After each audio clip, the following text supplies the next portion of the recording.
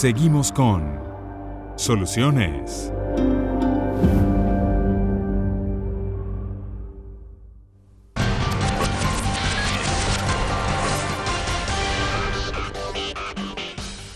Meningitis, el tema que vamos a estar tratando el día de hoy acá en Soluciones. Hoy justamente es un día para concienciar a la población sobre este tema y también para que hablemos sobre la prevención y cómo estamos en Venezuela en cuanto a casos de meningitis, pero además en cuanto a tratamientos y diagnóstico.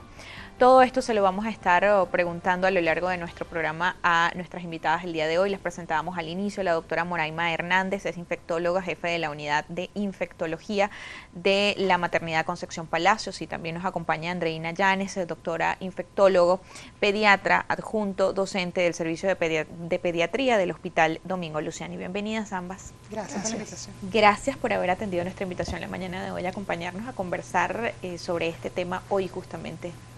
Ese día de esta enfermedad, meningitis.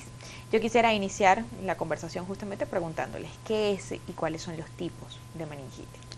La meningitis es la inflamación, en general es la inflamación de lo que llamamos las leptomeninges, que son las membranas que cubren el sistema nervioso central, tanto el cerebro y la médula espinal.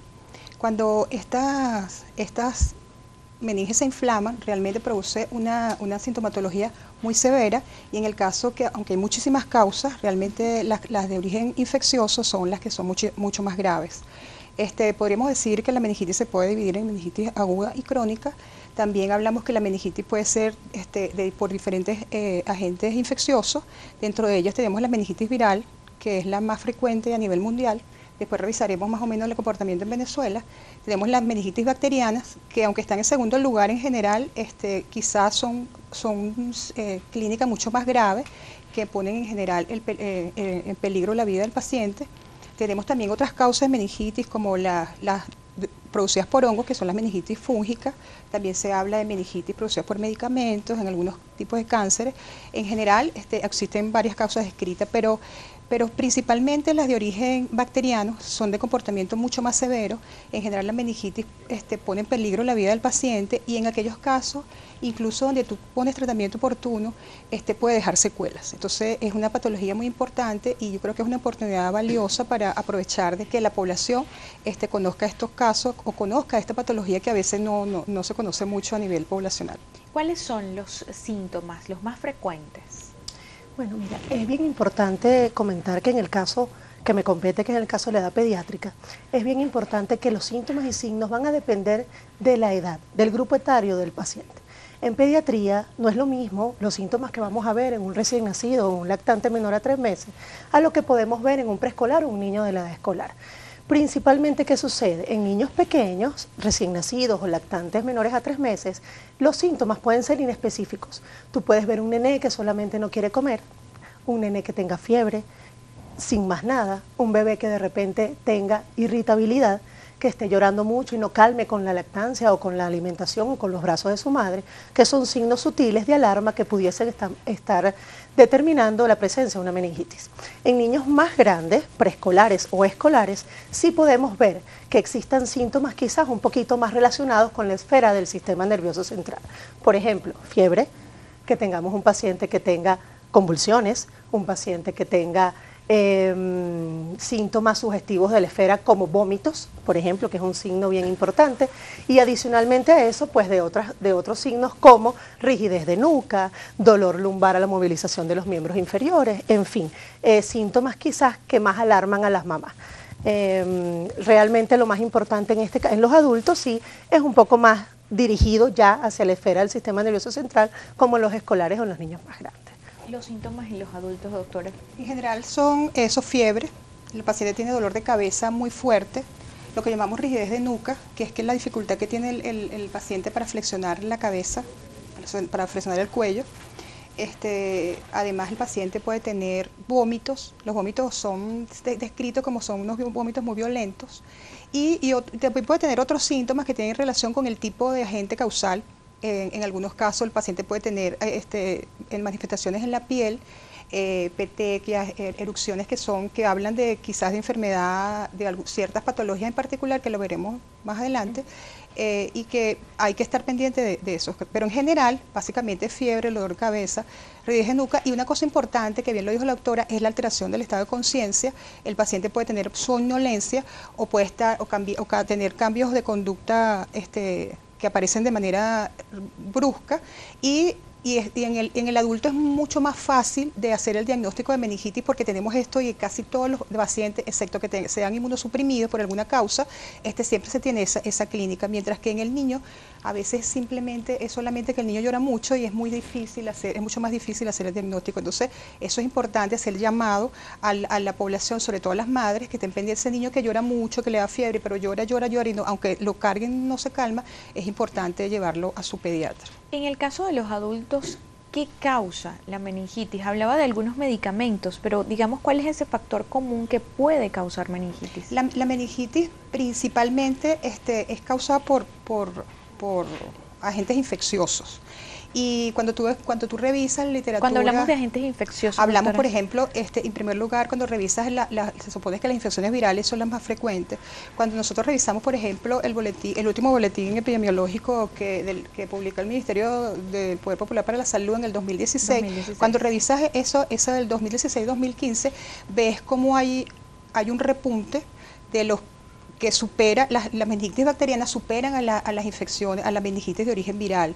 Cuando tú te vas mucho más atrás y revisas... De 488 a 569. Exactamente. Entonces, el boletín. Pero cuando revisabas anteriormente los boletines, que alrededor de 2013, y te vas un poquito para atrás, te das cuenta que más bien el número de casos venía en descenso y predominaban las virales.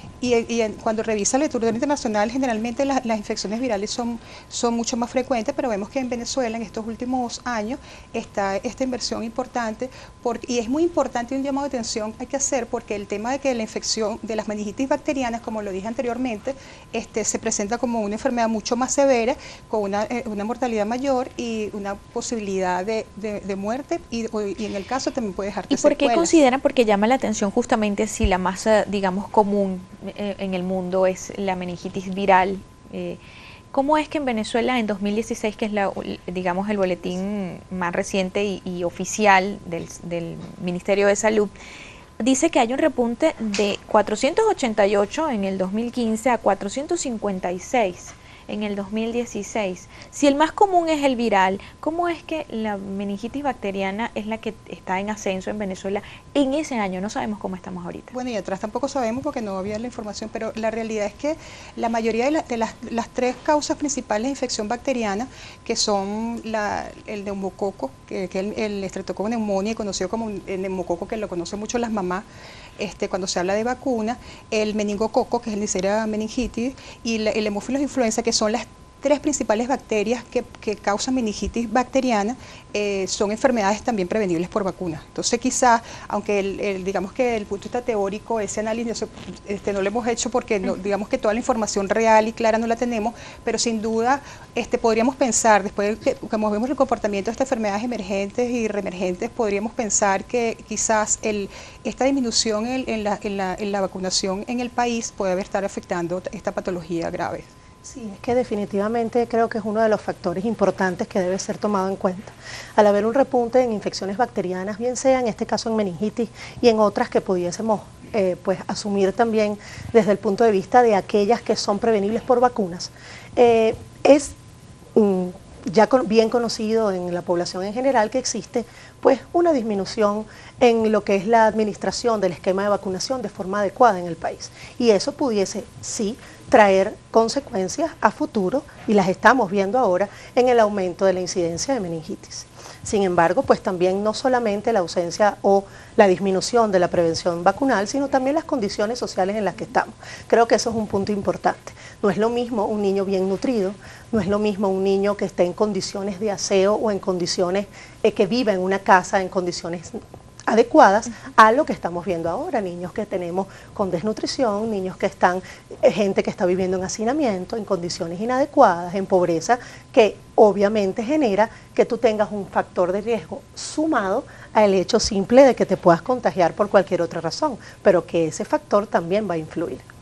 ¿Cuál es el más común en Venezuela en cuanto a meningitis bacteriana y la meningitis viral en niños, por ejemplo? Bueno, fíjese, desde el punto de vista viral, que sigue siendo la causa más frecuente de infecciones, en este caso el sistema nervioso central, en el caso de los virus, el enterovirus es uno de los más frecuentes, caracterizado, su nombre es el Coxsackie, el virus Coxsackie, y desde el punto de vista bacteriano, la más frecuente es el Streptococcus pneumoniae o neumococo, como ya la doctora bien planteó.